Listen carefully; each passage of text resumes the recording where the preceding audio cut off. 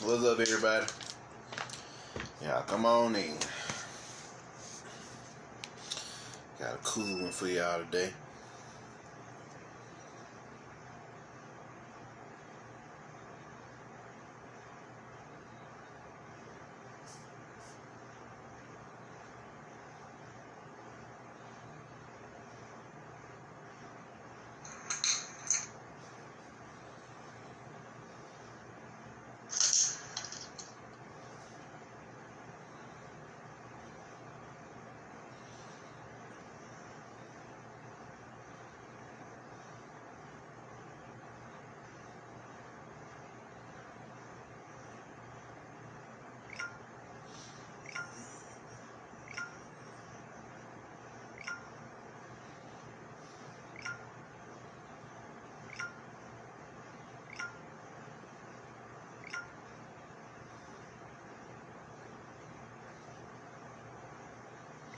Yeah, come on in. What's up, Sherry? What's up, Lyndon? What's up, Camlish?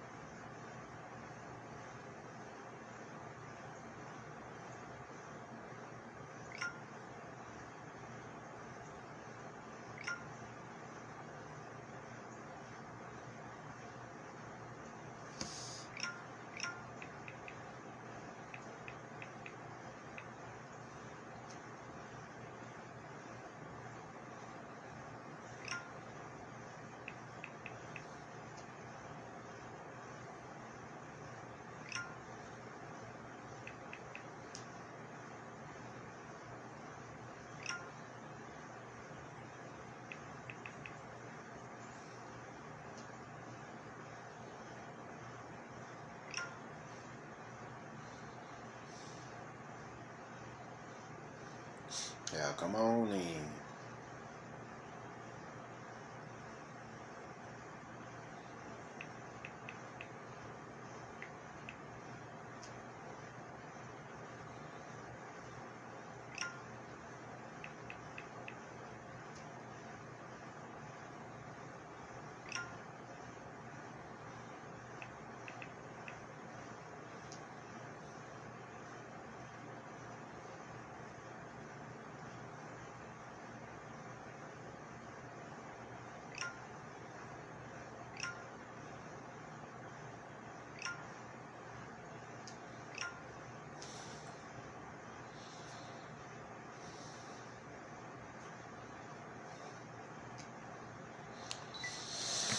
Alright, we'll give him another minute, y'all. We'll get started.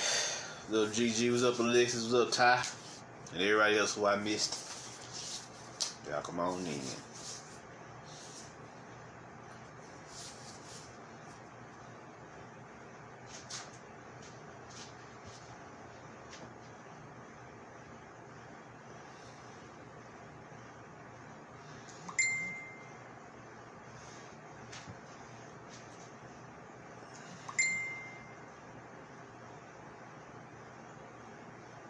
What's up, V? What's up, Marshall?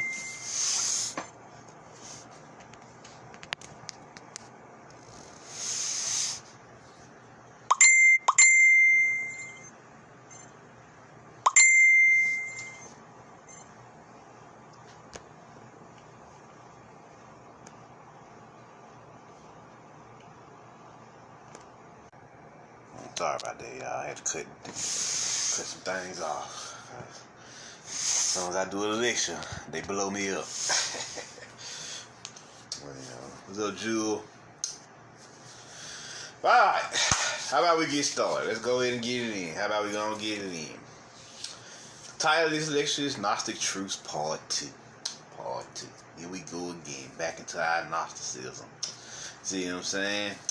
Back into our Gnosticism.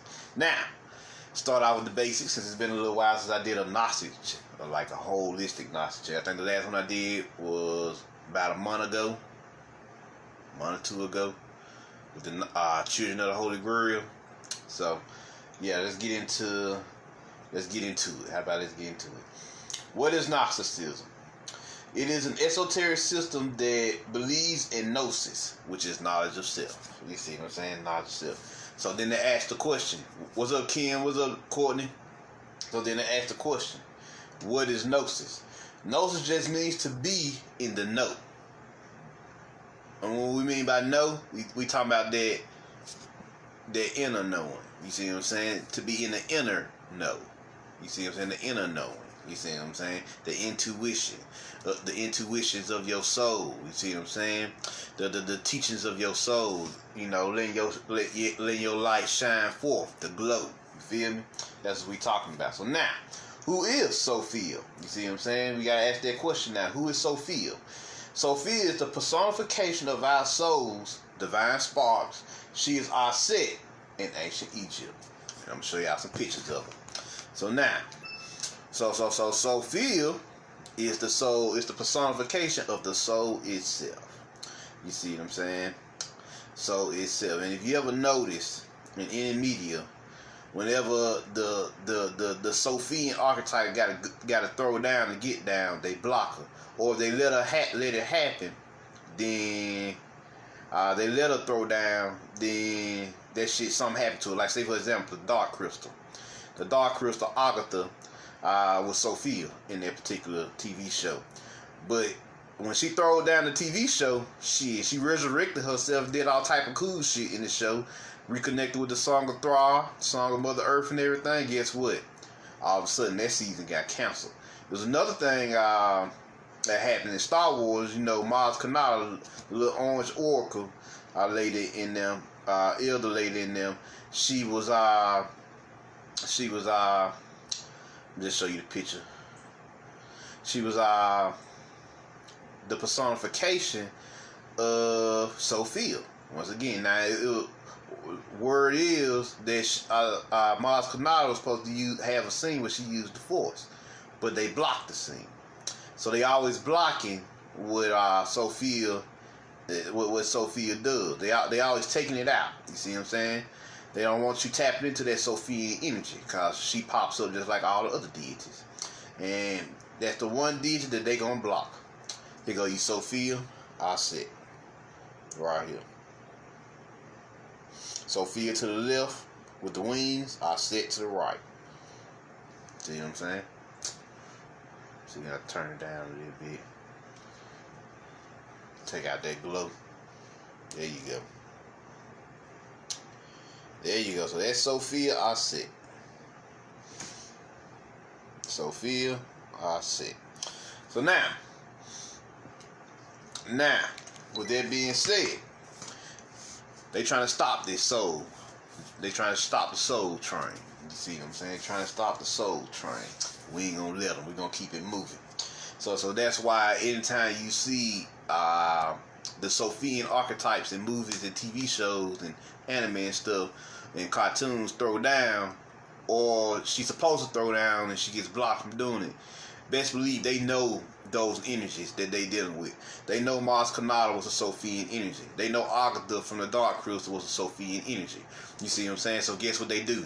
They block their energy. You see what I'm saying? They block it before it gets too powerful, or they don't want that shown on screen. They got see. This is y'all the boy of Matrix, and we gonna get into all that. This is y'all the boy of Matrix, so he gonna try to block anything with Sophia in there. All the other deities gets to do whatever the fuck they want to do except for Sophia. You see what I'm saying? So next, who is Calyptos? Calyptos is Sophia's sister, and she represents the Force. You see what I'm saying? The Force. So of course we gotta show you a picture of Calyptos. You see what I'm saying? Let me go up here real quick. Boom. Here she go. This is her in the movie Pirates of the Caribbean at World End. She also in the second one too, Dead Man's Chest. So there she go. So that's Calyptos, right? So Calyptos represents that universal life force, that universal spirit that dwells inside of us as well. You see what I'm saying? That soul spirit combination. The soul is the immortal consciousness, and the spirit is the animated consciousness. You see what I'm saying? The living consciousness. That's why they always refer to the term the living force and the unifying force, because the force is one holistic universal entity. Now these are energies that Yahweh hates these energies. He shut down the force teachings as well. Yahweh hates these energies because they precede him. You see what I'm saying? A lot of people ask which one is older, the soul or the force. The answer is they the same age, because they ageless. You see what I'm saying? They timeless. They have no beginning nor ending. See what I'm saying? There is no such thing as age when you talking about the immortal consciousness of the soul or the animated consciousness of the force / spirit. You see what I'm saying? Now spirit is a little younger because it augments itself according to what incarnation you in. So the spirit of Marvin, if I was in a past incarnation, we gonna call him goddamn John. The spirit of John is the spirit of John's for their lifetime. But then the life force augments itself for this life. So now the spirit of John's has augmented itself or transformed itself into the spirit of Marvin for this incarnation. You see what I'm saying? So that's how it works. So this you got going on here. Now, next, who is Protonoia? She is Sophia's mother. And she represents the divine logos, which is the inner voice that speaks from inside everyone's heart soul, which is here.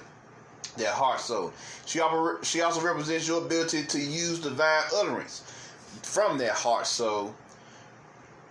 And she also represents your ability to use divine utterance as a form of science, which we call magic. Because all magic is based off your ability to speak forth. So you can bring forth the word, as we said. You see what I'm saying? The word. You know, the word. What's the term? In the beginning, that was the word. Then, in the beginning, that was the word. And the word was made flesh because the word was flesh. And because the word was flesh, and the word was with God, because the word was God, right?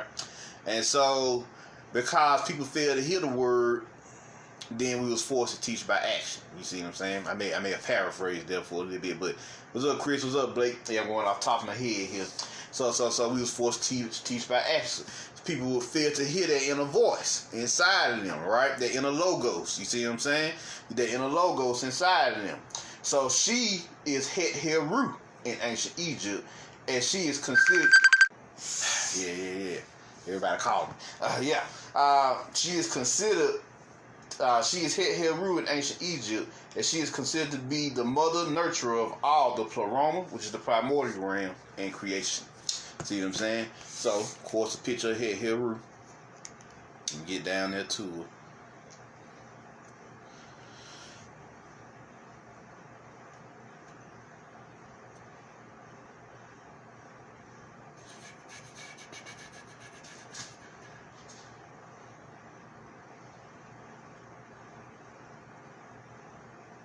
Up, there she go. Here's Het Heru.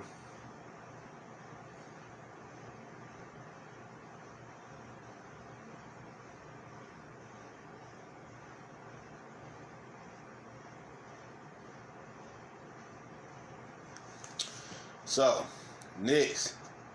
So Protonoia is their divine mother, and this is the bloodline. So far we got Protonoia, the first mother in the Gnostic teachings, who is Het Heru in ancient Egypt. Then we have Sophia. I think Calyptos is a little older than Sophia. That's her older sister. Yeah, so that's what they saying. She older than Sophia by a few years, because Calyptos was in ancient Egypt. See what I'm saying? So then you have Calyptos, the older sister. Then you have Sophia, the younger sister. Now, let's get into Sophia's children. You see what I'm saying? So let's go. Let's continue to go down. Who is Zoe? Zoe, which literally means life. She is a personification of quantum evolution and expansion, which is why her name literally means life. As life starts in the microcosm and works its way up, she is Hatmahit, the fish goddess of life and protection, and also the subconscious, which is the quantum realm slash unconscious, which is the realm of antimatter. You see what I'm saying? Those elementary particles that make up the quantum realm. You see what I'm saying? So, what does she look like? What does she look like? I'm using a lot of ancient Egyptian pictures because a lot of their pictures were destroyed. You see what I'm saying? A lot of information about what they look like was destroyed. So we had to use the ancient Egyptian goddess. This is who they came from. So yeah, here's Hatmahit, the fish goddess. I thought that was a real cool picture. What better picture to show her in than as a mermaid? You see what I'm saying? I was like, oh yeah, we gotta show that. So let's continue here. What's up, Dolph? What's up, Asaki? So now, let's continue. Next, who is Eve? She is an earthly personification of Zoe, and she is not. She represents physical evolution. She also represents El Cristo Negris, the crucified one, as she was defiled by Yaldabaoth and his archonic host. You see what I'm saying? So she took that hit once them fucking archons began to attack her. Let me see here. Can I find her picture real quick? Let me get to her. I got a lot of pictures, y'all, so that's gonna be taking me so long to get to them. Shoot.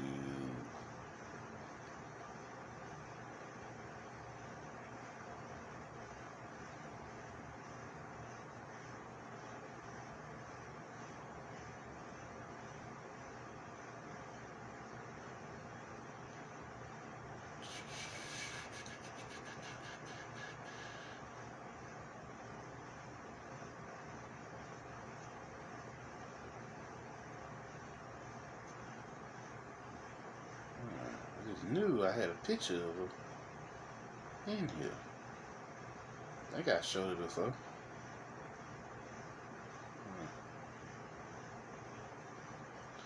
Let me go up one more time. We'll get it. We'll continue here.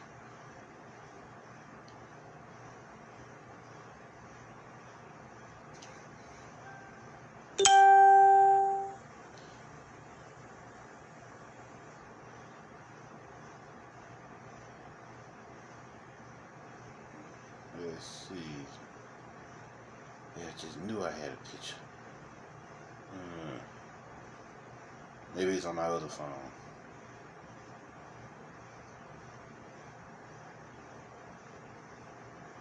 I may just be overlooking one. I may just be overlooking it.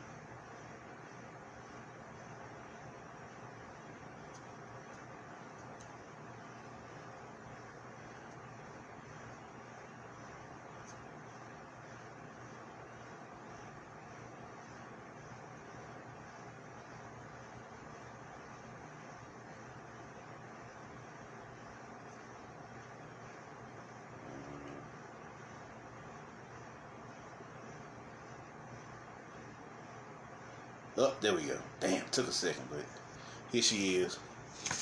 Here go Eve right here.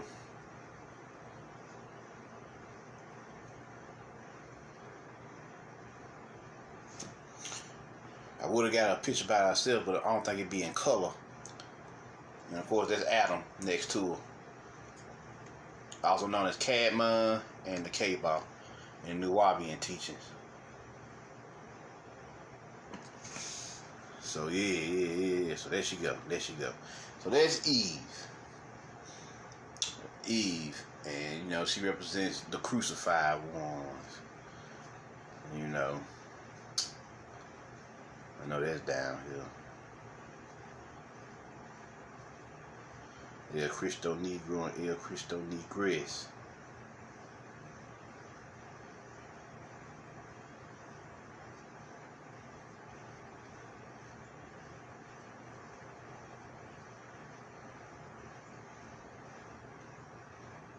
As I showed y'all yesterday or last lecture, well, you understand. I ain't gonna waste too much time on it. Yeah, she was El Cristo Negro and El Cristo Negres. So, with that being said, She took that hit. She took that hit because of what went down. You see what I'm saying? And she represents that physical personification of Zoe, because Zoe is quantum evolution, which is her atoms. You see what I'm saying? And her inner network. You see what I'm saying? So of course, Eve is the physical manifestation of those atoms once they agree to be human. You see what I'm saying? Once they agree to be human. So now, who is Norea? Who is Norea? Which is, now we get into the bulk of this lecture. She is the Gnostic goddess of fire and light. She is known as the Redeemer because she was the first to rebel against Yaldabaoth and the Archons. She is Sekhmet in ancient Egypt. You see what I'm saying? But I got a picture of her. I might show you Sekhmet as well. But here she is. Here go a picture of Norea.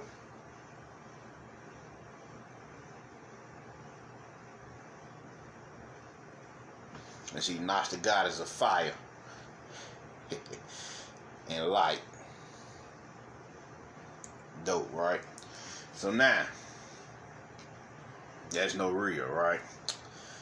Now, let me see. This segment, I got a few pictures of segment, so.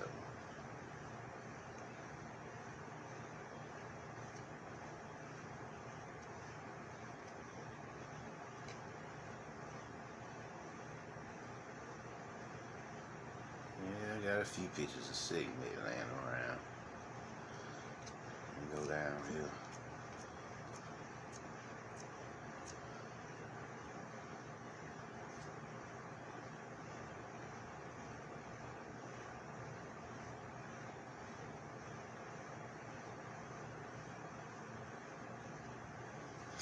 Here goes segment. And overall your form. Now,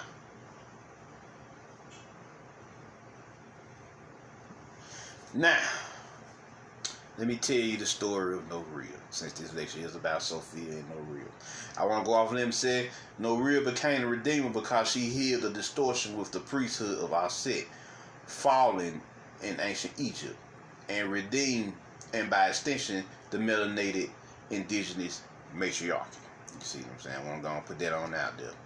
So now, check this out. I got an article for y'all. You see what I'm saying? I got an article for y'all that's going to be dope.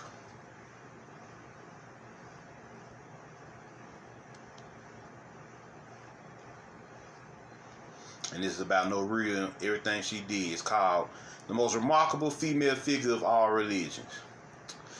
The title of this article makes a bold claim in a crowded and competitive field of feminine divinities that includes the Virgin Mary, Isis, Venus, and Ishtar, among many others. Yet a stronger case for supremacy can be made for a seemingly obscure figure from an obscure faith known as Gnosticism.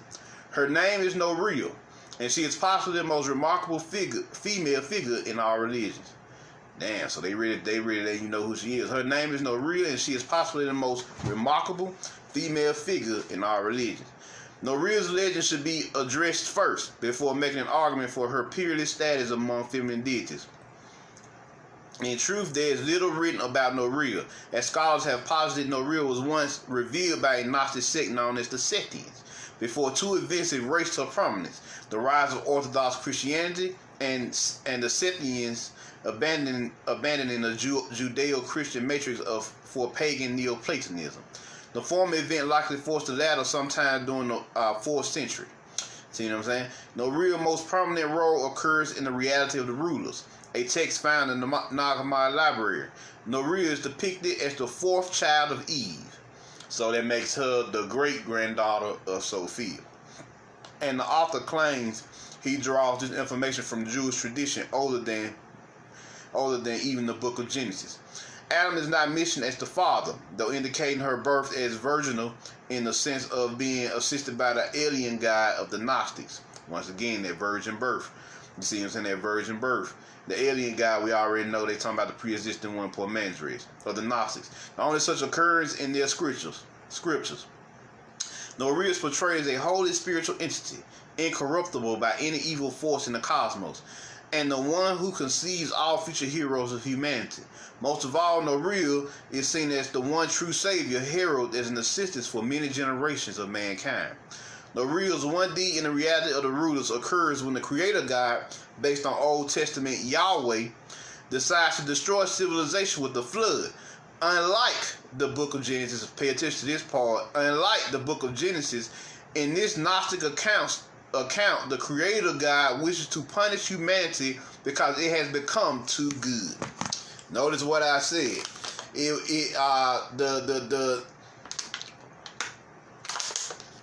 Yahweh ain't nobody but Yaldabaoth. So the demon urge. So he just changed his name. Let's read that again.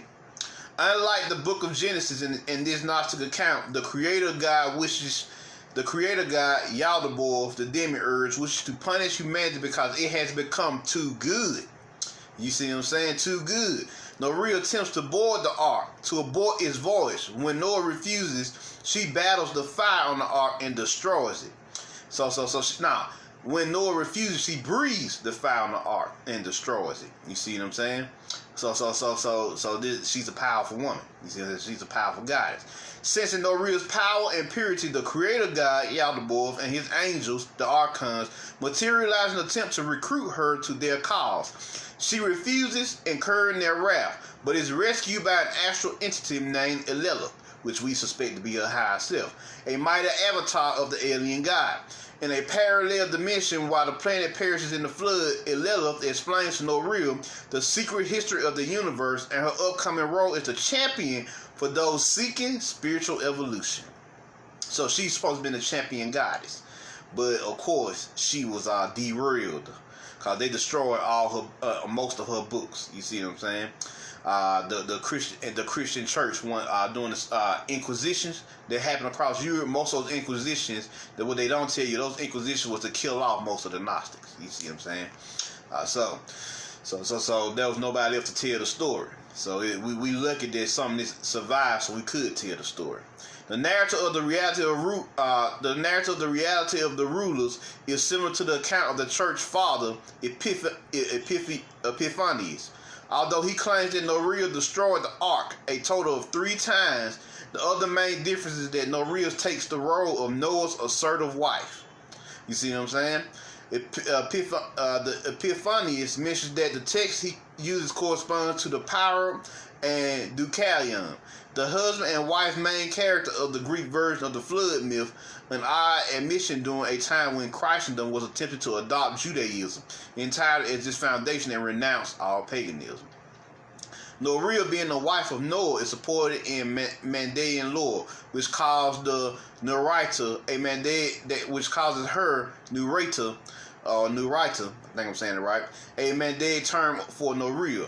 Norea's other mission is in the Nag Hammadi library, The Thoughts of Norea. It's a short invocation that holds her as having the very mind of the alien god, Pormandres, and dwelling in the hearts of those seeking Gnosis. In essence, Gnosis is just esoteric knowledge or knowledge of self. In essence, the text portrays her as the ultimate feminine principle. Another Gnostic sect, the Manichaeans, corroborate her status, referring to her as a virgin of light. The term virgin in Gnosticism refers to a female who is beyond the powers of the archons and their material powers. Let me read that again. The term virgin in Gnosticism refers to a female who is beyond the powers of the archons and their material powers. So when you say Virgin Mary or the Virgin Mother or the Black Madonna, who is Sophia, they're saying that these beings are beyond the powers of the archons, the demiurge, and their material forces. That's basically what they saying here. So she was a virgin of light. So that means she was the goddess of light and fire. So she represents, if Sophia is the soul itself, the divine spark, then Norea represents the glow, the shine from that divine spark, the fire that illuminates from that divine spark. When you shine on them, the glow. You see what I'm saying? So this you got going on here, like Bruce Leroy and showing up, the perfect examples. So now we know what the term virgin actually means. So we see the word Virgin Mary. We now know she was beyond the powers of the archons. And she gave birth to who? The Christos. The Christos comes from the root word charos, which means to bury, which is a form of death, which we talking about the soul. Anytime you see the word Christos, we automatically talking about the soul because it relates to death. Death is soul, life is the body.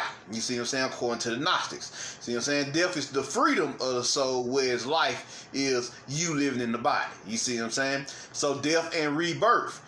Because your soul is now free of the body, it can be reborn as this holistic being, both in the body and out the body. You see what I'm saying? So you can also have this death and rebirth here and now. That's the biggest secret. You can have it here and now, but the soul is ultimately free once you drop the apparatus, which has been corrupted by the archons, which I'm getting to later. You see what I'm saying? So once again, the term virgin in Gnosticism refers to a female who is beyond the powers of the archons, the demiurge, and their material forces. You see what I'm saying? So there you go. Norea, she was also heralded as a demon by the Christians, of course. You see what I'm saying? The demon queen. Norea's impact was felt beyond Christianity and into rabbinic Judaism. Rabbinic Jewish literature likewise places Norea as the rebellious wife of Noah. Furthermore, the Kabbalistic book, the Zohar, oh, here we go with that bullshit, vilifies her as a seducer of angels because of her incredible beauty. She is referred to as Naama. In ancient Gnosticism, Berger Pearson argues how Norea and Naama are one and the same, writing in one section, later mystical Jewish lore has Naama in a sexual liaison with the songs of God, songs of God, angels, whose illicit descent to earth is reported in Genesis 6 and 2. It is said that she went about stark naked and seduced the angels Azza and Azael. Norea's name certainly attests to her role in the various accounts. The name Norea is possibly associated with the Syriac word for light or fire, ner.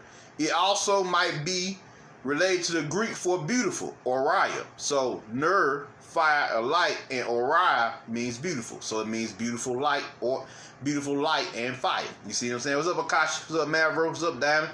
So literally her name, ner, means fire and light, and in Greek it means Norea means beautiful. So her name means beautiful light and fire, or a beautiful soul.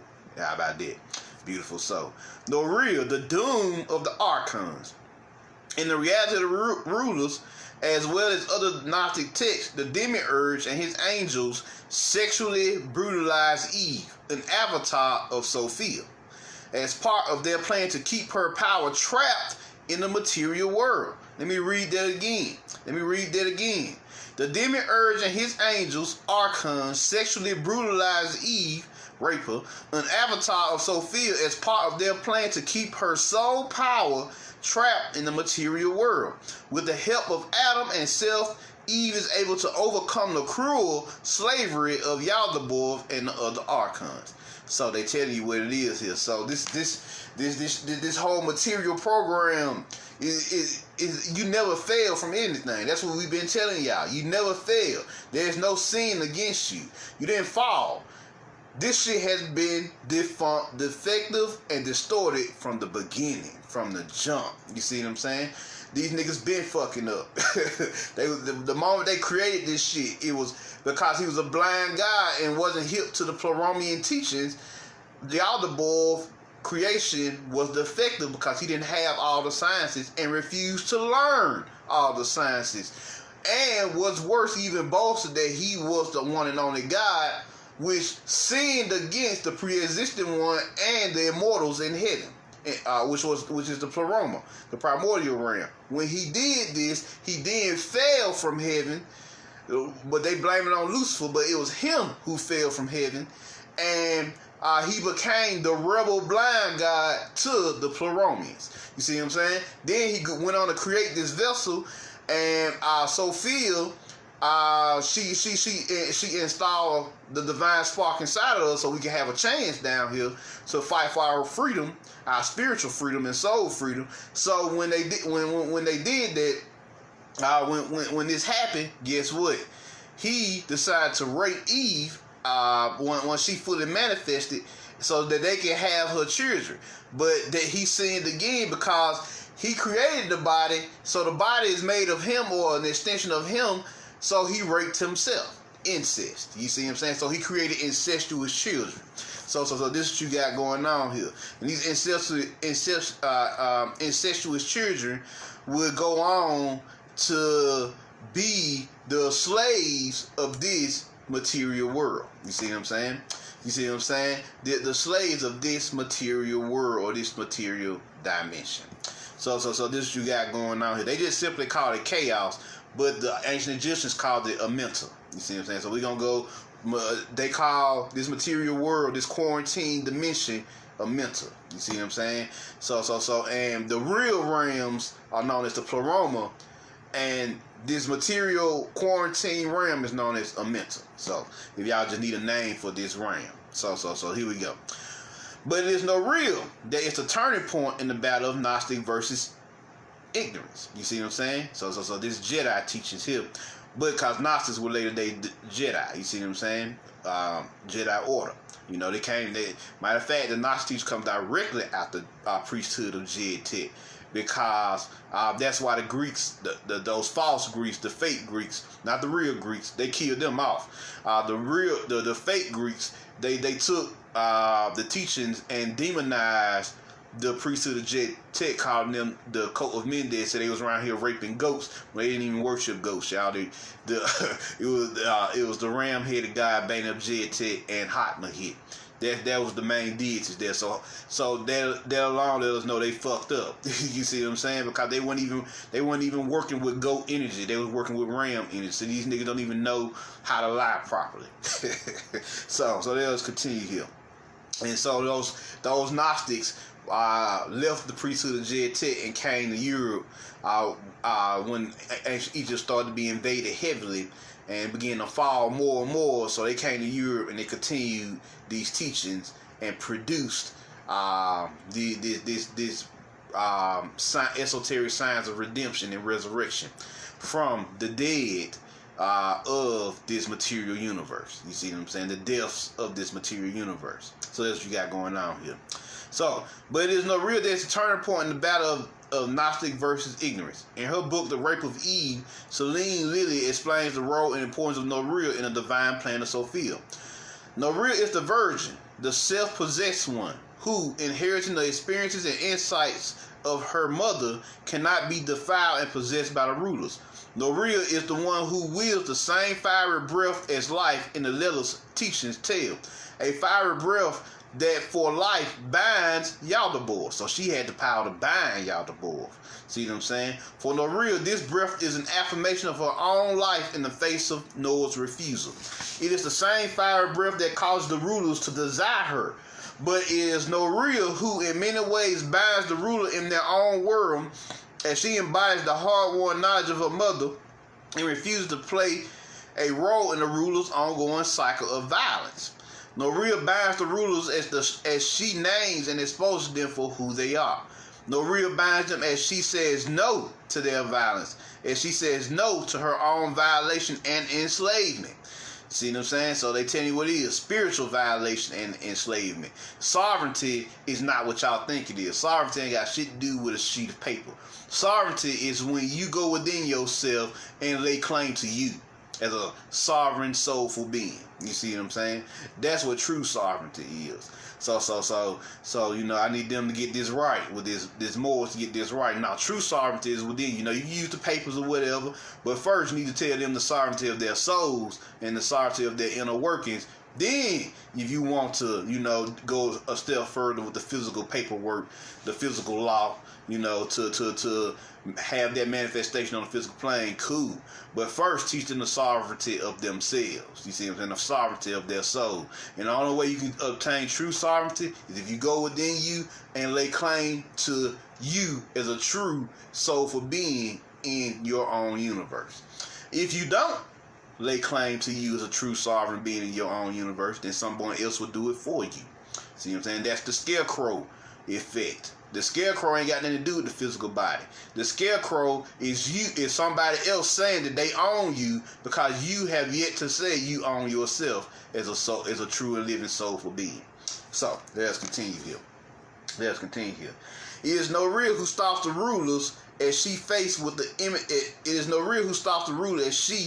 faced with the imminent threat of violence, dares to cry out with her power and ask God for Madras for help. Norea, who refuses to be silent, whose eye is unafraid to ask questions, for she knows there are answers that others need to hear. That's what they mean. Norea is the embodiment of her mother's legacy. As the spiritual Eve, Zoe embodies and imbues Adam with the qualities of the divine realm. Norea embodies and imbues the qualities that the divine desires for humanity as a whole. Let me read that again. As the spiritual Eve, Zoe, embodies and imbues Adam with the qualities of the divine realm, soul, Norea embodies and imbues the qualities that the divine desires for humanity as a whole, as a collective whole. She extends the insight of both the spiritual and material Eves, seeing the rulers for who they are and naming them as such. She refuses to participate in their cycle of violence. She refuses to be their slave. And she breaks the intergenerational violence curses the rulers attempt to force upon her. Or forced is just another way of saying they trying to force their programming on her. So she breaks the intergenerational violence the rulers attempt to force upon her. In these ways, Norea refuses humanity's accommodation to the rulers, whose actions are always ultimately destructive. And she refuses to be a part of the enslavement and imprisonment that mark humanity in the world under the rulers, and refuses it in the reality of her life as well. She continues to bear the insight of the fruit her parents ate from the tree of knowledge. You see what I'm saying? Of knowing good and evil. You see what I'm saying? So she is the true redeemer and successor to her father and mother, Adam and Eve, and of course her spiritual mothers and soul mothers, Sophia, Norea, her auntie Calyptos, and Zoe. Almost got Zoe. Talk about an awakened being that dispels the darkness. Norea, the Virgin of Light. Returning to the claim of Norea being the most remarkable feminine figure in all religions, one needs only to draw out her characteristic from her mythic narratives. She is a savior figure. She is a being of complete spirit, dwelling in a dimension of matter, a perfect balance of virginal and material seductive forces. She has no male consort. She is both an avatar and encompasses the supreme divine feminine. She is the herald of light and a destroyer of spiritual wickedness. When compared to other goddesses, mythological heroines, or even historical woman saints, Norea is arguably unparalleled. Yeah, you gotta give her props, because she went against so-called the baddest motherfuckers down here and whooped that ass. You see what I'm saying? She came to their program and shut that shit down, like we doing now. Jews and Christian polemics attempt to portray her as a one-ton demigod, defying established order, but these must be taken lightly, as they are the traditional calumny leveled against female luminaries like Lilith and Mary Magdalene are two prime examples. Norea only defies the unjust structure of the universe, as her tales indicate any passion she uses is for the awakening of humanity's divine spark. Norea can be you. It is unfortunate that no other literature on Norea has survived up to now. Epiphanius mentions a Sethian scripture simply titled Norea. Gnostic writings speak of the account of Norea and the first book of Norea, both referring to versions of her name. However, none of these texts have surfaced. You're damn right, they're going to keep that away from you. Regardless of Norea's mention in the annals of religion, the truth is where there is smoke, there is fire. Following that, smokes lead to the burning wreckage of an ark symbolizing the wrath of angry gods and their wooden religions. In the middle of it all stands Norea, the perennial symbol of the Gnostic ethos, that a small spark of divine fire can ignite holy, meaning in the darkness of mere being, hold all the floods of history and mortality, even if just for a while. So what they saying there is just a slither of divine spark from your soul clearly hold off the bullshit of the archons, even if just for a particular era, which is the generation you're living in. You see what I'm saying? The generation you're living in. So, there y'all go. There y'all go. So, Norea was the true one who freed the melanated matriarchy. You see what I'm saying? The matriarchy, the sect Mexican energy. That's who Norea represents, the sect Mexican energy, who freed the matriarchy and the priesthood of our sect. You know, the priesthood of Magdalene, Mary Magdalene. So the order of Magdalene, she was the one who went on to free y'all bloodline. So y'all already been redeemed. You know, we talked about the patriarchal bloodline in the Apocalypse video with so-called Jesus Christ, who was nothing but Asa or Osiris, who went on to redeem the melanated patriarchy, which is the priesthood of Asa or Osiris, as y'all also said. See what I'm saying? So Norea did it for the priesthood of our set, or Isis, as y'all also know. So this is why they don't talk about her. I really wanted to go in on her one good time, because there was a fire article on her. So definitely. So now, let us get into the second half of the lecture. You see what I'm saying? The second half of the lecture. The material universe, or a meta, as we are living in. That's what we living in here. So I'm going to start off with a Gnostic quote. So I'll get that on up there. Let me see, where is it?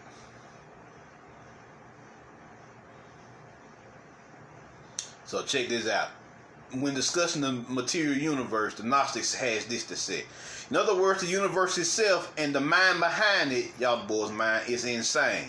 Therefore, someone in touch with reality is, by definition, in touch with the insane. Infused by the irrational, in essence, fat monitor his own mind. That's a reference to y'all boy. A fat monitor his own mind and found it defective. He then, by the use of that mind, monitored out of reality that which is called the macrocosm. He found it defective as well. As the Hermetic philosophers stipulated, the macrocosm and the microcosm mirror each other faithfully. Fat, using a defective instrument, swept out a defective subject, and from this Sweep got back the report that everything was wrong. Fat is y'all the bull, and Sweep and Sweep is Sophia. Letting you know that everything down here is fucked up, y'all. So that's what the Gnostics say about the material universe. So now let's go over a few things here. So a lot of people ask me about the chakras. Are the chakras a form of entrapment? Yes. You must rise out of them to free them. You must rise out of them to free them and activate your true rainbow body. What do I mean by that? What do your chakras look like when they're being fed on by the demiurge? This is from the book Tachyon Energy by David Wagner. There you go. Cool little picture there. The melanated body, electromagnetic, the electromagnetic aura. What's up, Daniel? So let's get it. This is what your chakras look like when they're being fed off of. See how the energies is going horizontal? You see what I'm saying? The horizontality of your chakras. That's letting you know that something is pulling the energy out of them. You see what I'm saying? And what's worse, notice the arrows are going both ways. So they're feeding on your natural life force and replacing it with archonic energy, or ELF waves, or extra low frequencies. See what I'm saying? Vibrations and rhythms. That's why most people get sick, get disease, can't heal for shit, all this other shit, because they are feeding off these chakras.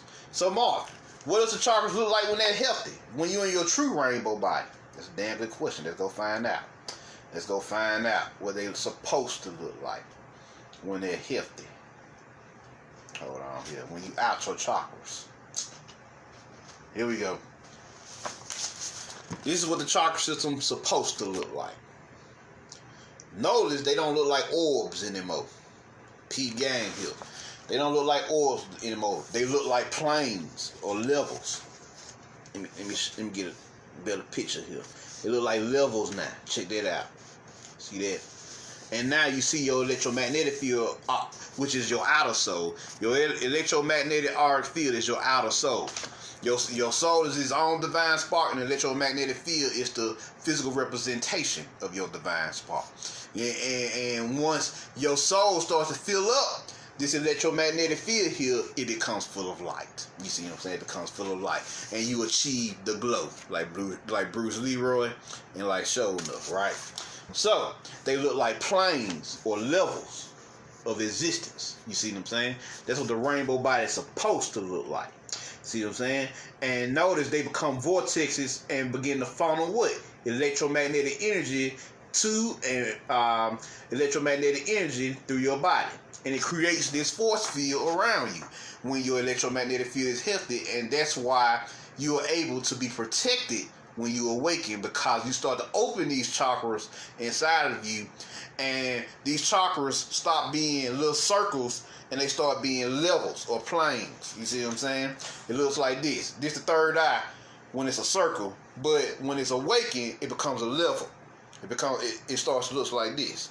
You see what I'm saying? And that's for the third. That's for the throat chakra. In the heart chakra, it looks like this, and on down to the solar plexus, it looks like this. You see what I'm saying?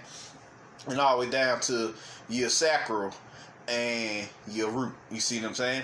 So of course the crown, y'all seen the crown, pictures of the crown chakra, where the saints, they should be glowing like this. You see what I'm saying? It be glowing just like this. That halo, they call it a halo. Why they call it the halo? Halo comes from the Greek word helios, which means the sun. So your crown shines like the sun, bright. Well, your whole body. Remember what they say in the Bible? When thine eye is full of light, then the whole body is full of light. And when the whole body is full of light, the projection of that shows in your auric field. That's why a lot of y'all, when y'all achieve your glow or fully awaken your glow, motherfuckers look at y'all like y'all crazy. They looking at that glow. They looking at that shine that's emanating from your electromagnetic field, which is actually emanating from the divine spark of your soul. That's what you got going on here. That's what you got going on. And let me see, do I got a good picture of the soul for y'all?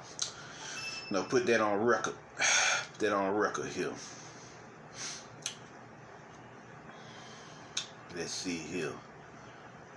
Divine spark. Divine spark. I think I have one. He's in here somewhere.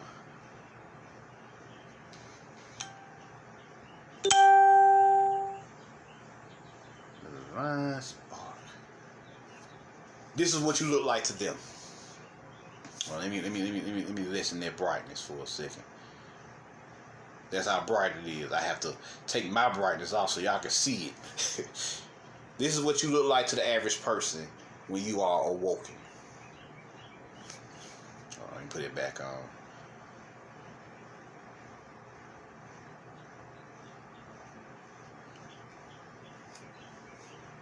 When you awoken, you shine bright like that.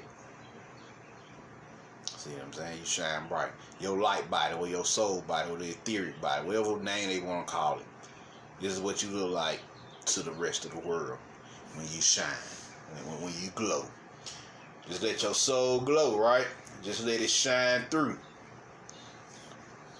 See what I'm saying? You know, coming to America.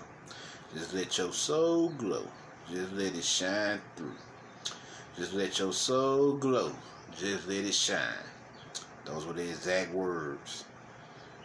Let me see here.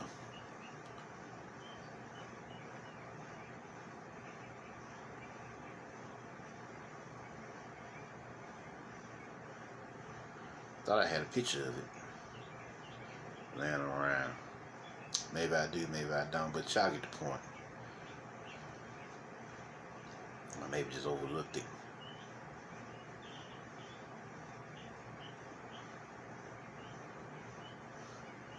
Here go a picture of it. Right there. That soul inside of you. The divine spark. Yeah, divine spark. Looking for the other one that looked even better than that, but I ain't came across it yet.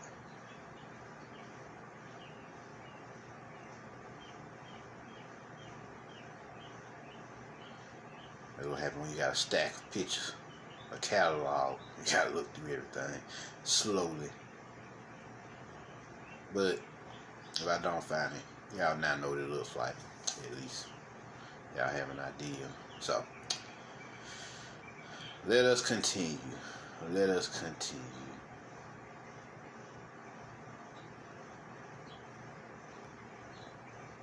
Let us continue here. So yeah, as you can see, that's what the soul actually looks like. So this is what the chakra system truly is supposed to look like. And what does your chakra system mimic? They call it verticalization verticalization. What? Ain't the tree doing the same thing? So you in nature one, right? So you supposed to be doing what nature's supposed to be doing, right? So if nature doing this, then what's this? You see what I'm saying? What's this? What's happening here? Being fed off of it. Best example in the world. When you ain't being fed off of it, you in your true rainbow body, this is what you look like. This is exactly what you look like. Now, let's continue. Are the zodiac a form of entrapment? Yes, they are known in Greek mythology as the 12 labels in the Herculean mythos that you must conquer. It's actually 13 labels you must conquer, because let's not forget Ophiuchus, which is represented by a man holding a serpent, right? This man holding the serpent is, when it's locked down, is him choking the serpent energy, which represent your Kundalini energy being suppressed as it's frozen in a calcified time prison in your root chakra. You see what I'm saying? Calcified time prison. You have to awaken that energy, and we're gonna go over that how this works. It's actually if you basically what I just said. So let's go over the Kundalini energy. How does the Kundalini work? Where's your root chakra? Where's all this? What's going on here? So the root chakra is here in your perineum, which is the part that connects the buttocks with the balls or the vagina, right? That's that little soft area there, right? So that's where your root chakra is. It's also known as your perineum chakra, right? Perineum point in Asian mythology. Now,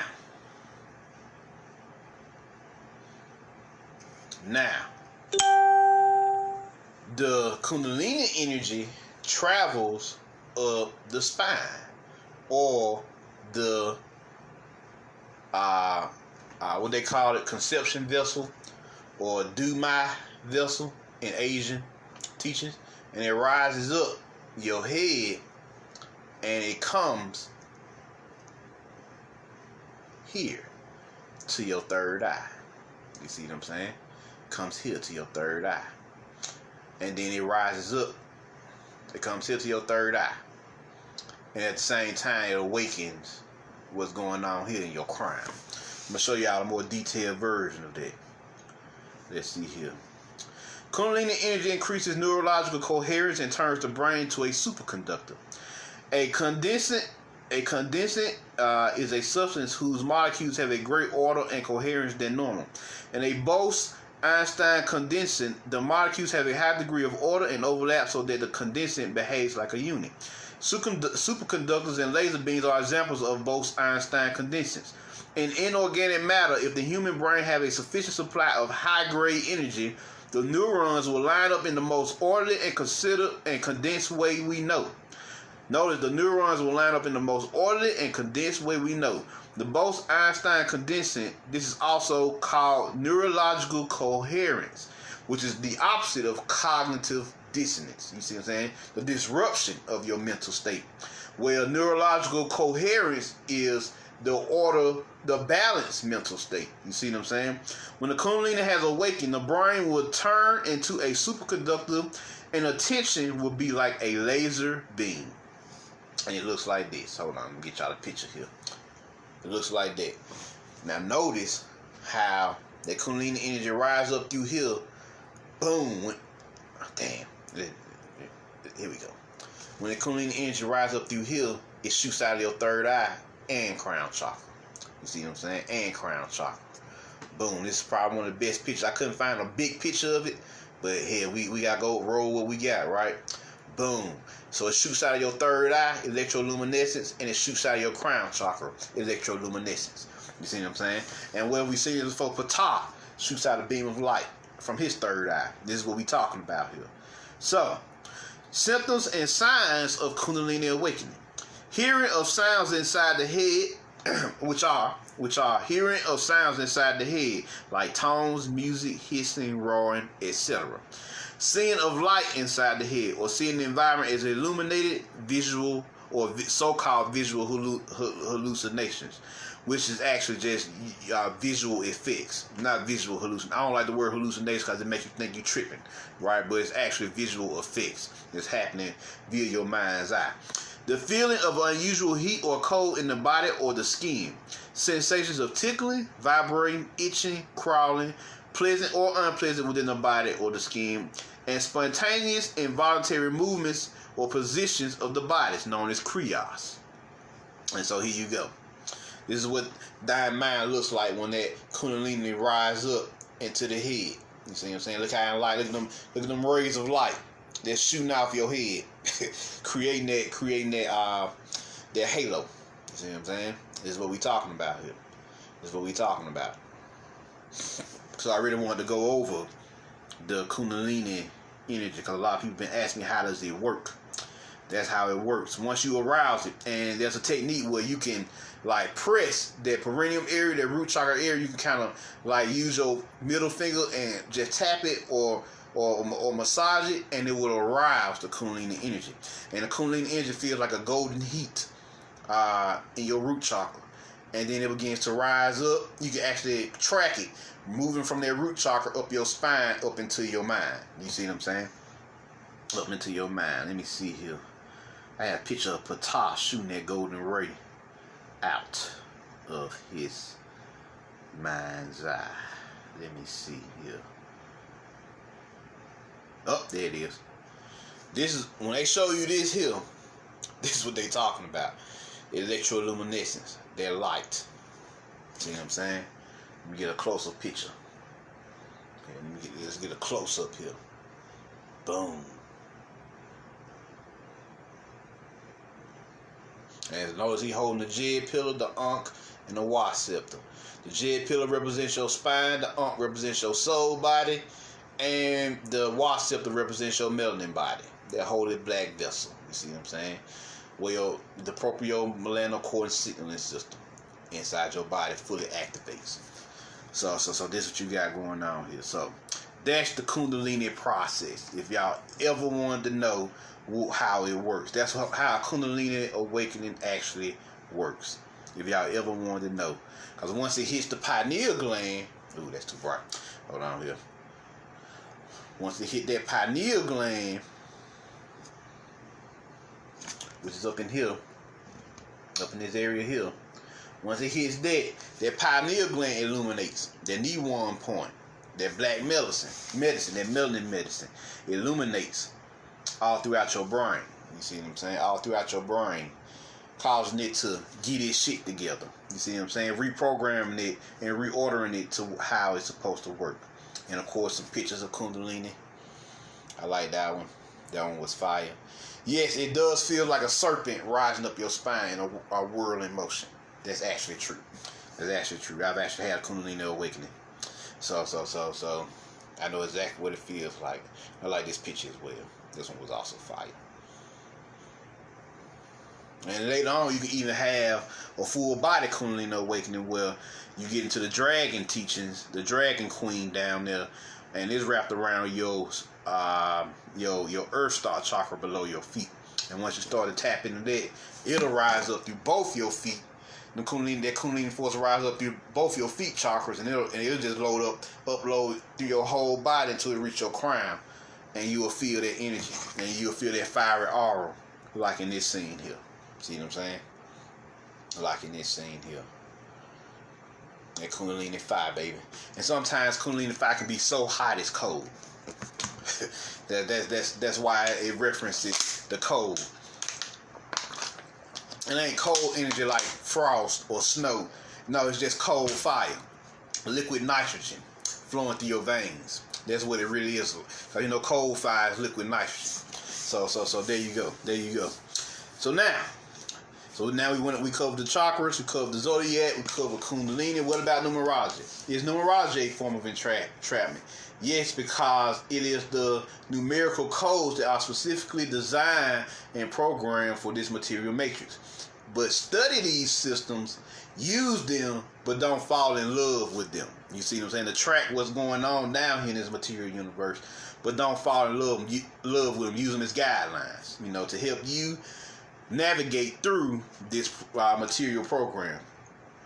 You know it's a false matrix because we are literally in quarantine. Not even our sky is real. It's a fucking dome. You see what I'm saying? They show you that in The Simpsons. It's a fucking dome over the city.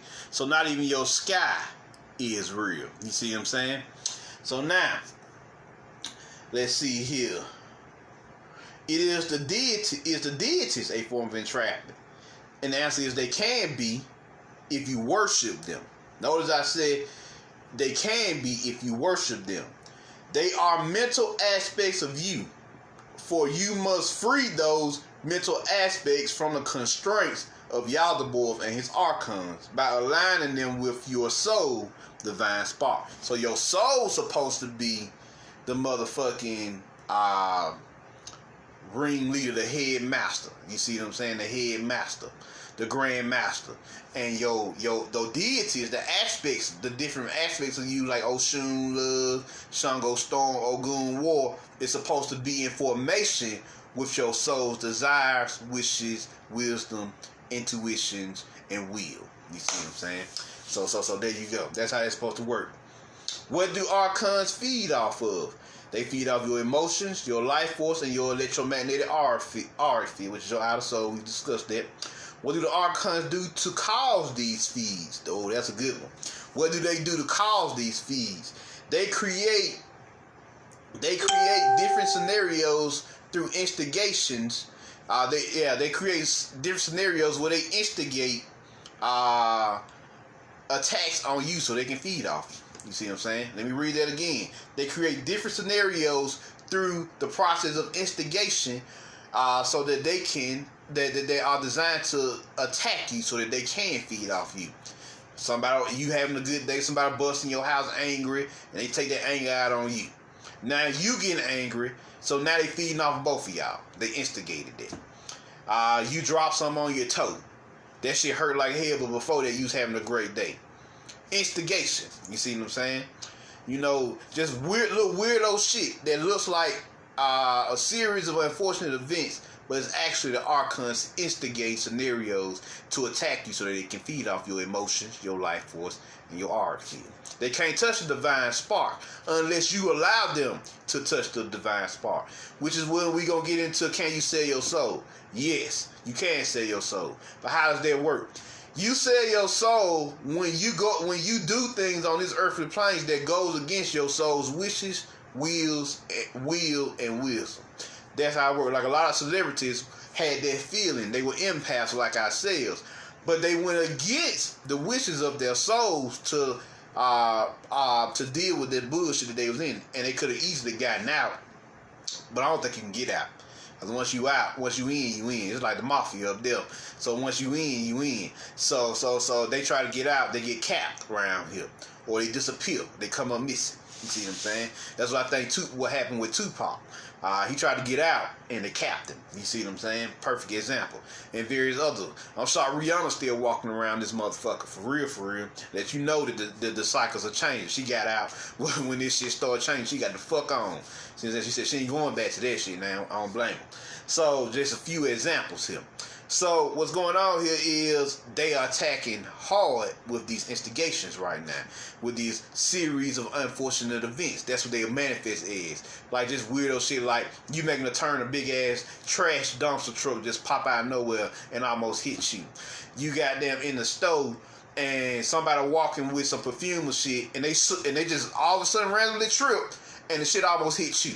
You see what I'm saying? So you know, just weird shit that happens in your reality, which we always thought was just a series of unfortunate events, but it's actually Yaldabaoth and his demon urge, Yaldabaoth and his archonic host creating these scenarios of instigation so they can attack you and feed off you, be it momentarily or whatever. You have to control your emotions down here. You control your emotions, you control your mental state.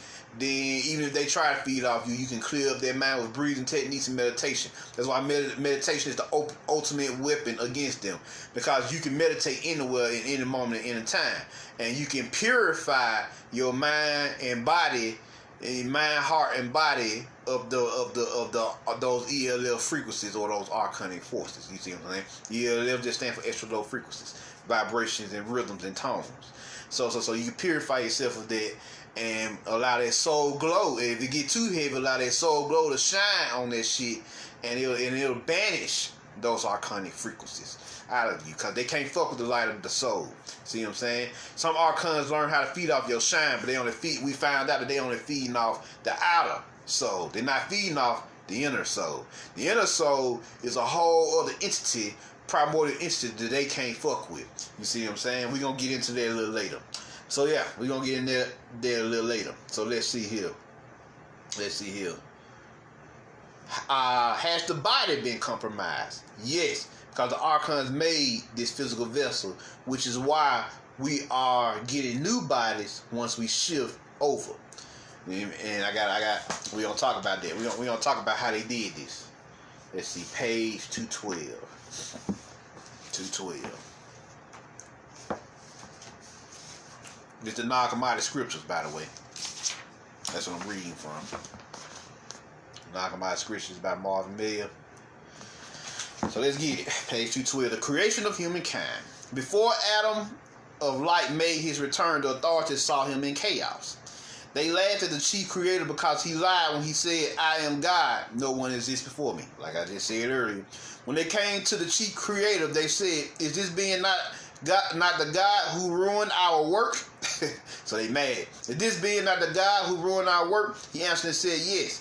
If you do not want to be able to ruin our work, come. Let's create a human being out of earth in the image of our body and with a likeness to this being to serve us, so that when this being sees his likeness, he may fall in love with it." So they create this body as a trap, so that the divine spark, the soul, and the pre-existing one falls in love with it itself, because it's fashioned out of the image of the primordial of this being, which is Anu.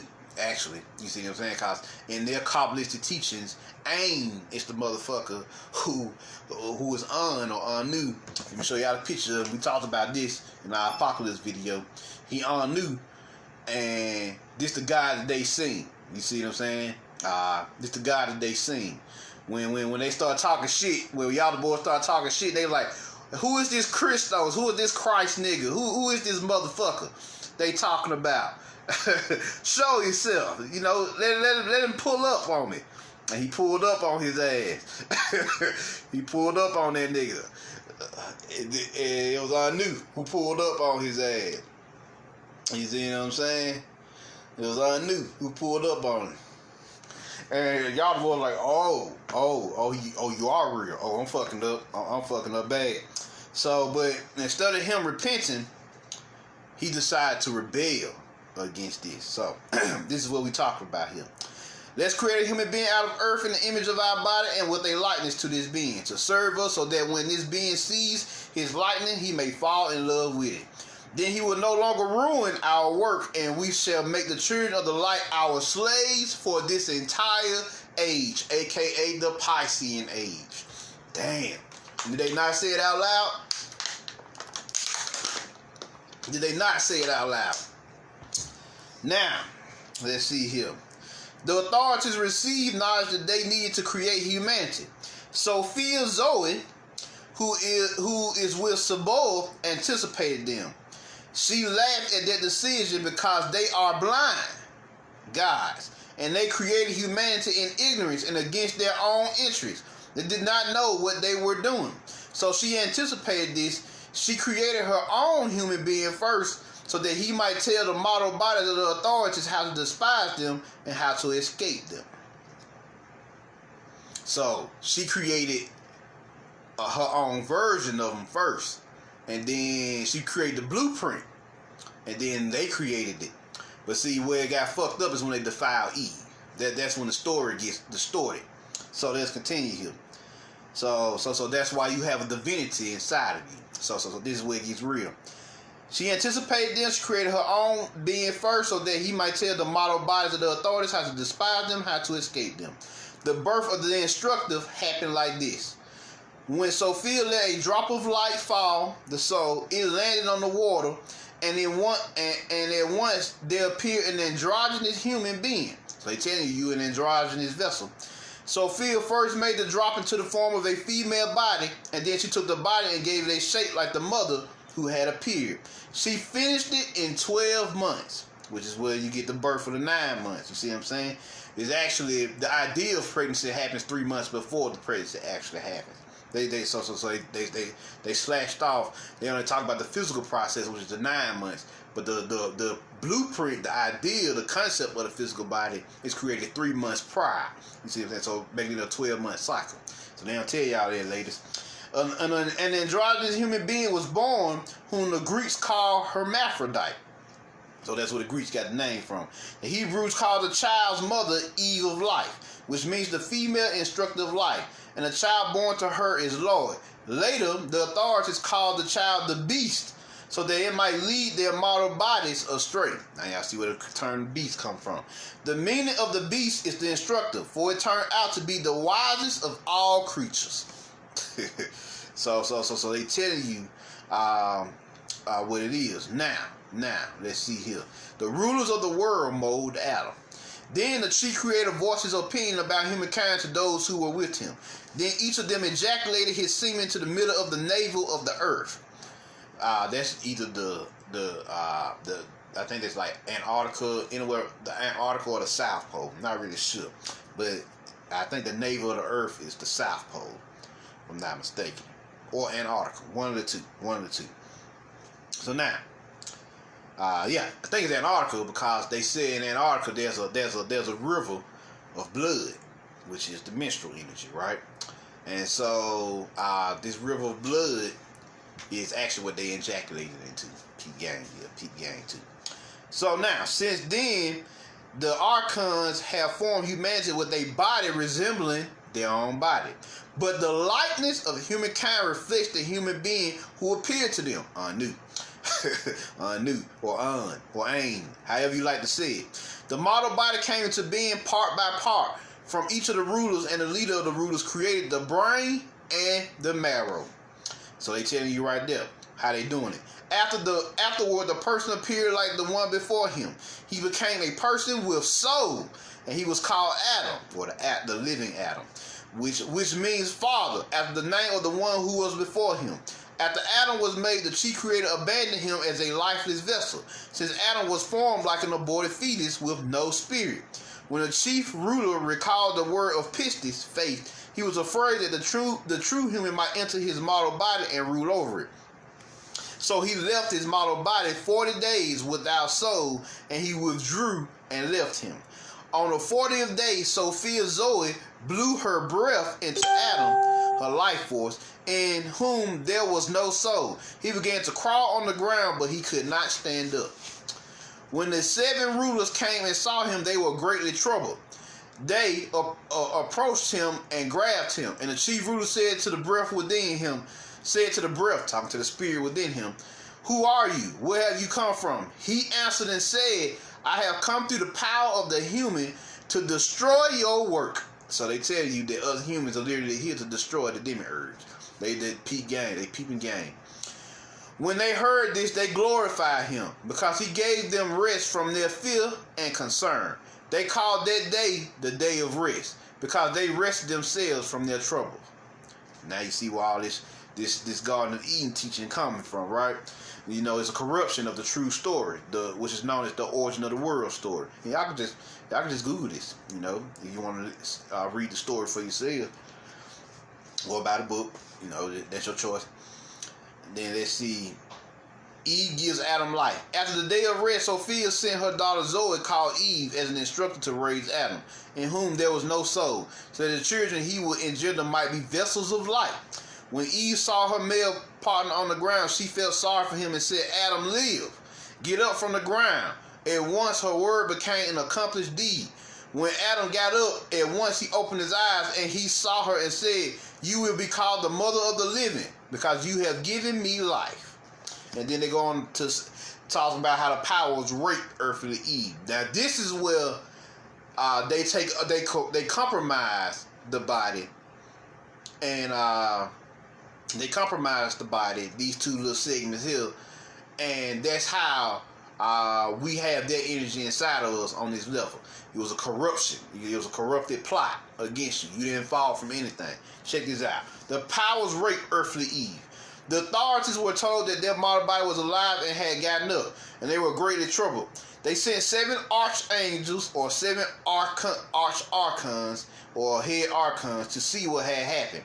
They came to Adam, and when they saw Eve speaking with him, they said to each other, who is this enlightened woman? She looks like what appeared to us in the light.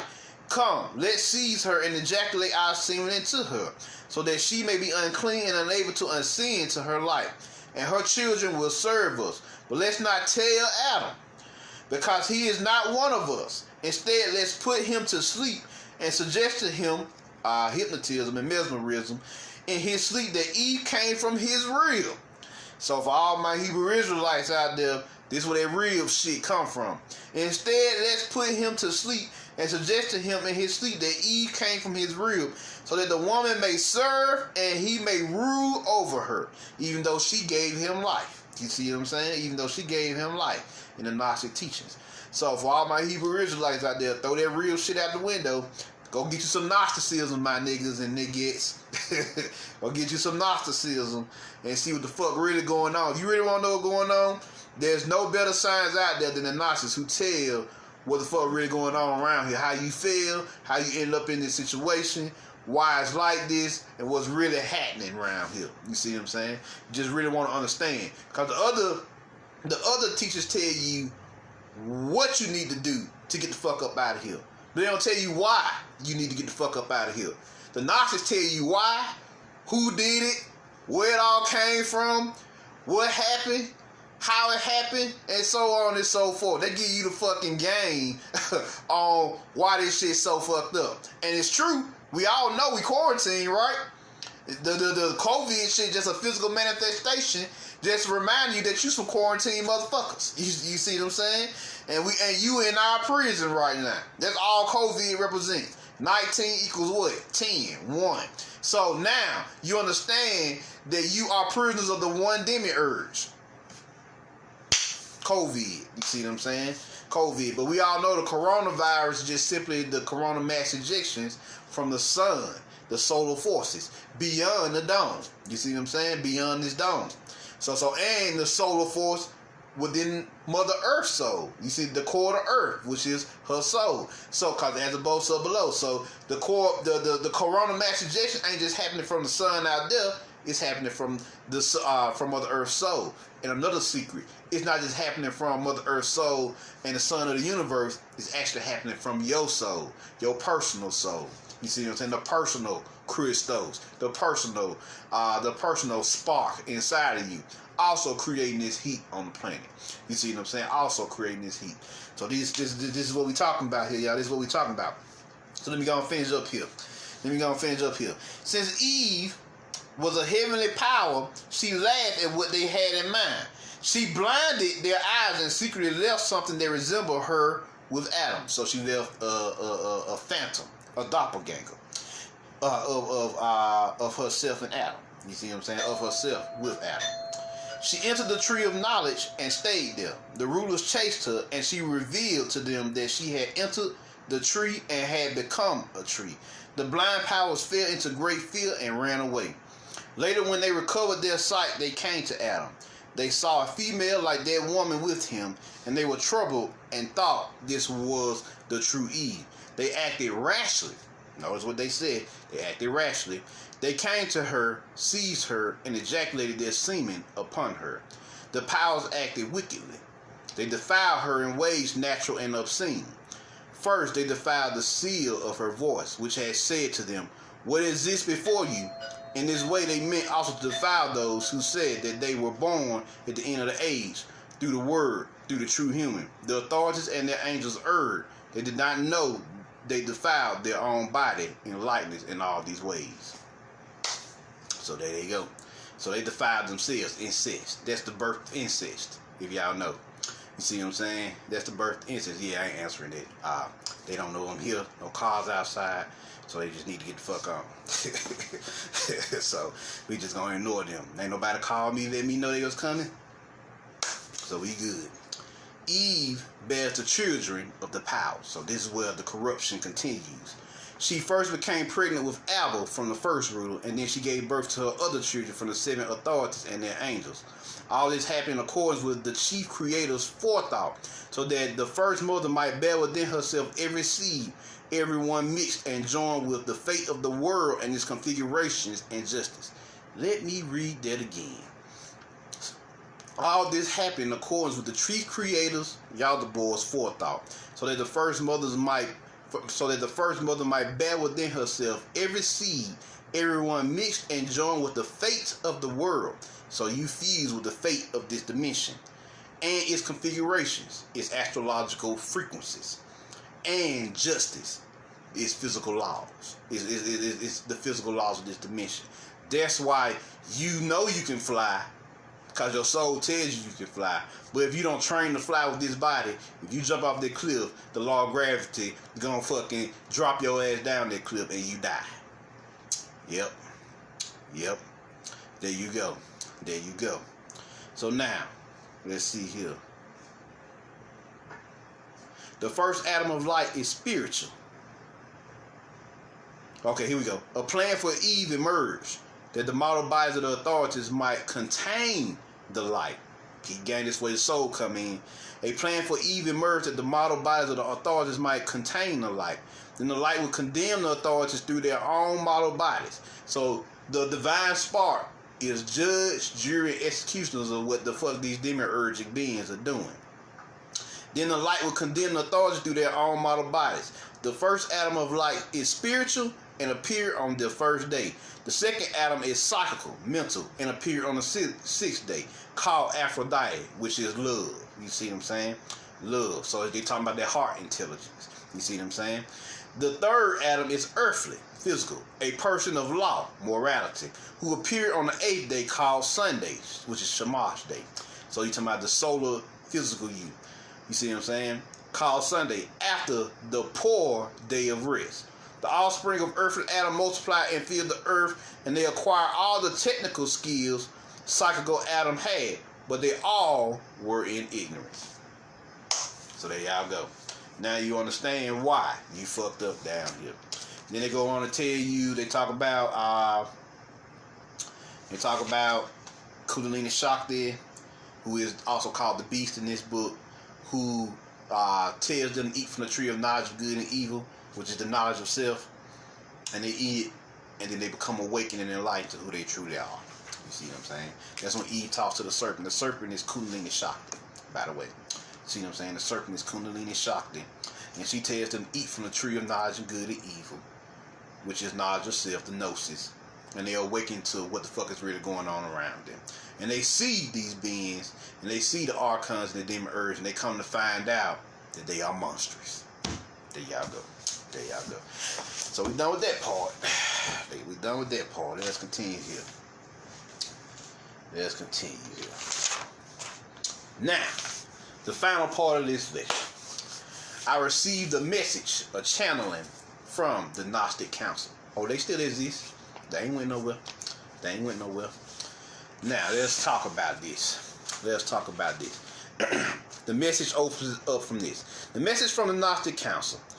We are the Gnostics, masters of the Gnosis, knowledge of self or supreme esoteric wisdom. We have come to you today to tell you what's to come. Your work is, let's see here. Your world is changing and shifting. Us Gnostics are participating in freeing you from the evil clutches of Yaldabaoth and his archonic host. It was our mother Sophia's child that caused all this havoc on Mother Gaia/Kaya. Now we are back to give you the wisdom and power to destroy these fiends. Your souls have been upgraded enough to receive these Gnostic installments. Let me read that one more time. Your world is changing and shifting. Us Gnostics are participating in freeing you from the evil clutches of Yaldabaoth and his archonic host. It was our mother's Sophia's child that caused all this havoc on Mother Gaia/Kaya. Now we are back to give you the wisdom and power to destroy these fiends. Your souls have been upgraded enough to receive these Gnostic installments. So let's continue here. Here is a list of these new installments, these new soul installments. It's like how these fucking programmers give you a list of everything they installing into your new whatever, whether it's a game or operating system or whatever. Well, in this case, these are being installed into your core system or your soul. So here's the list of this new soul installment package from the Gnostics. You are receiving Auric protection to stop the archonic feeding of your outer soul. You see what I'm saying? Your electromagnetic auric field. So you're receiving that. You're receiving the glow protocols, so that you can shine brighter and glow harder than you ever could, than you ever have. You see, so you thought you was glowing in fucking Amaruka around here in the good old days. Thought you was glowing in Mu, in Sumeria, in ancient Egypt or ancient Kemet, in Atlantis and Lemuria. Oh, you really about to glow now. You're also getting Sophian wisdom. Your wisdom of the mother, her Sophian realm and dimension, and her light will also go through the roof of the your wisdom that's granted from you of the mother, her dimension, and her dimensional forces and teachings, and her light, intelligence, will go through the roof over the next few months. You see what I'm saying? Up until you begin these downloads and uploads up into the great convergence. Next, you got the Gnostic materialization and weaponry. Oh, this is a good one. Gnostic materialization and weaponry. Now your soul is getting installed with magical weapons and armor that are specifically designed to protect you from the archons and their vampirism. Oh yeah. Oh, that's a good one there. So now you're getting specific armor and weapons that literally designed to protect from you. And even if you have to fight these motherfuckers, these weapons are specifically designed to destroy archonic beings. You see what I'm saying? Archonic beings. Narcissistic repulsion. Oh, my ladies and men have been having a problem with their relationships lately. And they've been catching hell lately. So, with these narcissistic agents that's been coming in, feeding off their empathic forces, because y'all are empaths, and so y'all represent the children of the Holy Grail, so they jealous. So these narcissistic beings who are children of the archons come in and fuck you up on the emotional level, and when the heart is unbalanced, then the whole being is unbalanced. You see what I'm saying? So now the Gnostic Council has decided to program narcissistic repulsion into your soul. This installment will allow you to block all archonic agents from attacking you and your love life. Yeah, y'all should be happy about that one. Attacking you and your love life. Attacking you on the emotional power, the emotional paradigm. And finally, you get what they call tyrant destruction. These protocols will give your soul the ability to energetically assassinate any tyrant who are attacking you on this physical plane. That's i.e. pedophiles, serial killers, police, rapists, so on and so forth. You see what I'm saying? So forth. And now, those are new installments. How many is it? 1, 2, 3, 4, 5 new installments that's being programmed to your soul. The secret to access these installments is you are connected with your soul. You see what I'm saying? You see what I'm saying? So now, how to activate these installments? I have a spell for y'all. It's called the Gnostic installment spell. Here we go. Ye are Gnostics of the highest order. Ye are children of the Holy Grail, who kept the wisdom of our ancestors. Ye are descendants of the Green Mother Gaia / Kaya, who are the sentient representations, who ye are the sentient representatives of her soul. My bad, y'all. Ye are descendants of the Green Mother Gaia / Kaya, who ye are the sentient representatives of her soul. Now, embrace these new programs and installments that we are installing inside of you.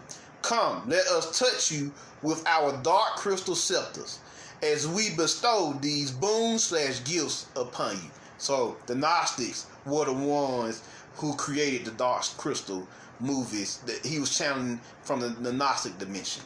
See what I'm saying? He was getting that information from them. That's how he created the Dark Crystal, and later on the Dark Crystal TV show, The Age of Resistance. Now, in your mind's eye, imagine yourself talking. Now in your mind's eye, imagine yourself walking up to us. We are melanated beings who wear black and gold robes with an image of the Grail symbol on them. That's the cup. You see what I'm saying? They have like a little gold patch on their robes, and it's the symbol of the Holy Grail cup. Let me see, can I find out exactly?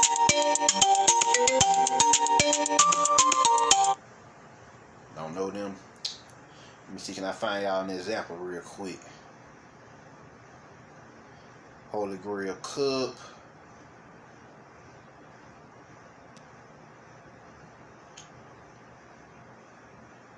There goes Sophia. I said, so it should be right next to her. Once I get to her. Here we go. This is what it looks like. It looks like that image there. It's a Grail cup.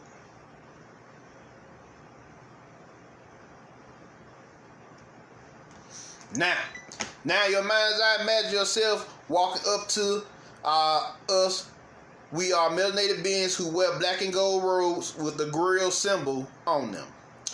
We will ask you to take a knee as we perform this magical knighting ritual to program these new installments into you. With our dark crystal scepters, we first touch the right shoulder, then your left shoulder, and finally the top of your forehead, which is up in here. We then utter our incantation, which is, grant this Gnostic warrior with the power to overcome thine enemies. Grant them the power, grant them the power and wisdom to overcome the false matrix in these last days. Grant them the protection from the demon urge and his archonic children. Grant them the supreme love of our mother Sophia during these trying times of trial and tribulation. Finally, grant them all the wisdom, knowledge, and power of all the Gnostic ancestors who came before and all the Gnostic processors who come after, as there is no time in the force. There's only you and your soul, melanin spirit, and will to move forward. As a bonus, we grant you access to the Gnostic dimensions to receive training in the Gnostic arts. Now rise, Gnostic warriors of old, modern and futuristic, and go forth and fight for your new earth orders to come. That's the end of the incantation. End note. We now leave it in your hands, ye children of the Pleroma, the primordial realm, and the pre-existing one, Pormandres / Hunaku. Sincerely, the Gnostic councils.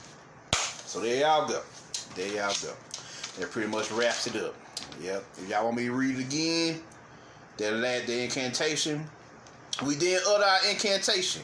Grant this Gnostic warrior with the power to overcome thine enemies.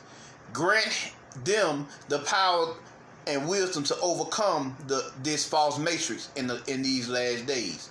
Grant them the protection from the demiurge and his archonic children.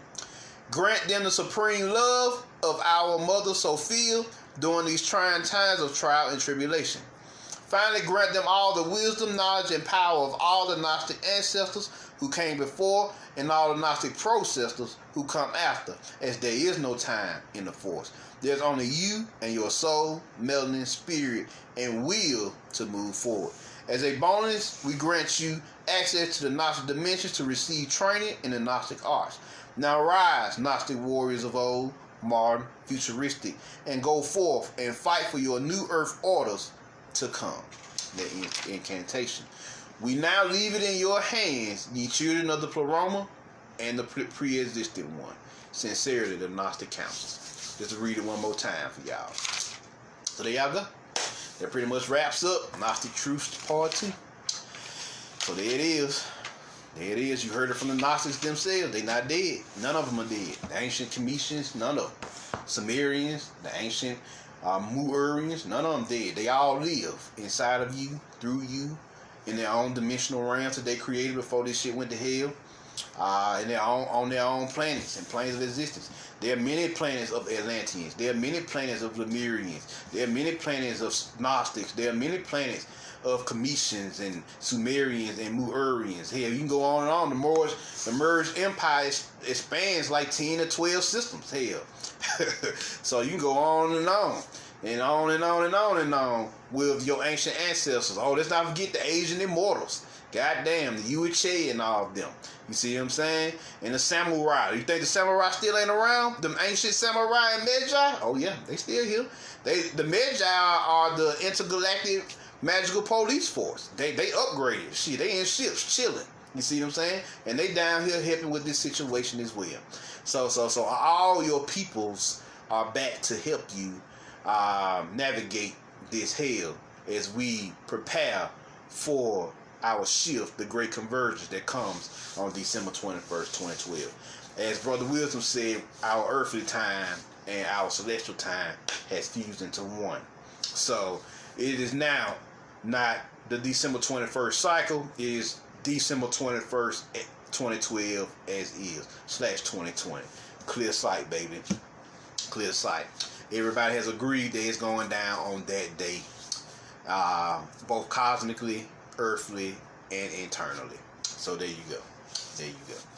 So any questions? Any questions? There you go. Gnostic soul, baby. Gnostic soul. So yeah. Let your light shine forth. Let your light shine through. Let your light shine on.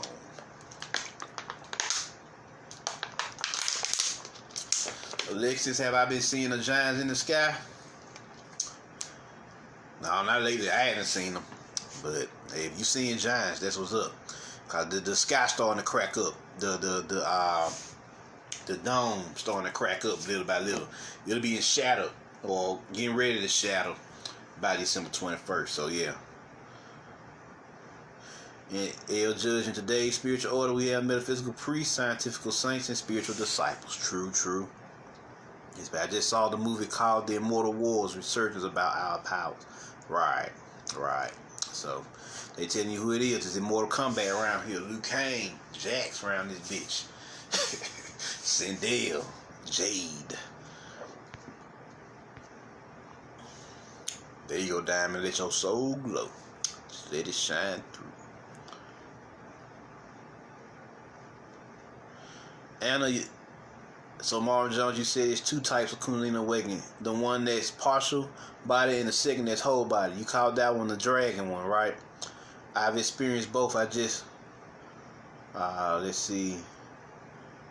I just want written info about it if you don't mind. Hoping in my box or video chat later. I definitely want to tell you about the dragon language the Cosmic Council gifted me too. Yes, there's a partial Kundalini awakening, which is the one Kundalini serpent wrapped around your root chakra. And then you have the full body Kundalini awakening, which is the Kundalini dragon wrapped around your earth star chakra. You know, so there's levels to this Kundalini consciousness. You see what I'm saying? And is there written information? There is only one book I've seen, and it's encrypted. It's in a mythological form, and it's the book called Sacred Woman. Not by Queen of Fool, but it's another lady who also wrote a book called Sacred Woman. And she talks about the dragon queen that exists beneath your feet. And it was in a mythological form, but she's basically talking about that Kundalini dragon. You see what I'm saying? That triggers that full body Kundalini awakening. So yeah.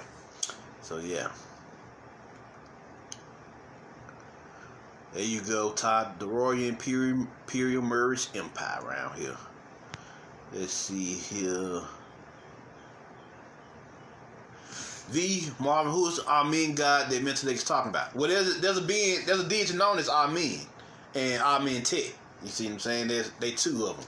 There's two of them. They're also known as Amunet as well. So it's the hidden. It's in the older world, they are Amun and Amunet, which are the hidden ones. You see what I'm saying? The hidden ones, which is your soul. Just another way of saying your soul. Yeah, that's what he's talking about.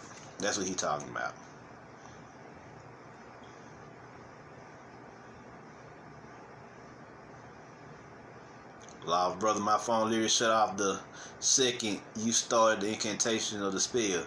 These motherfuckers are busy as fuck. Gotta watch again. Oh yeah. You know, I always try to shut this shit down. Gustavo, I've been seeing 144 like crazy. Oh, that's a good thing. 144,000 the holistic Jedi, both your demonic and angelic forces working together and your soul and consciousness are at the forefront. The head masters, the grand masters who control, he or she who controls all their holistic forces or the force as one single entity. You know, unified, holistic. See what I'm saying? They're holism, they're androgyny. And when you learn to control the force in its totality and use it in its totalistic form, it's a wrap. That's the 144,000 right there. That's the 144,000. So yeah, any more questions before I get up out of here?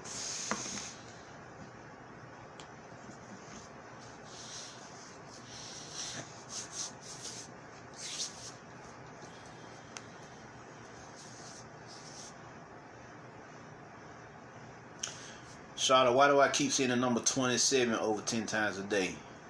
27 equals 9, so that's judgment or completion. But you may have to look at the angelic number of 27 too. 27 itself may mean something as well. So yeah, check that out, Charlotte.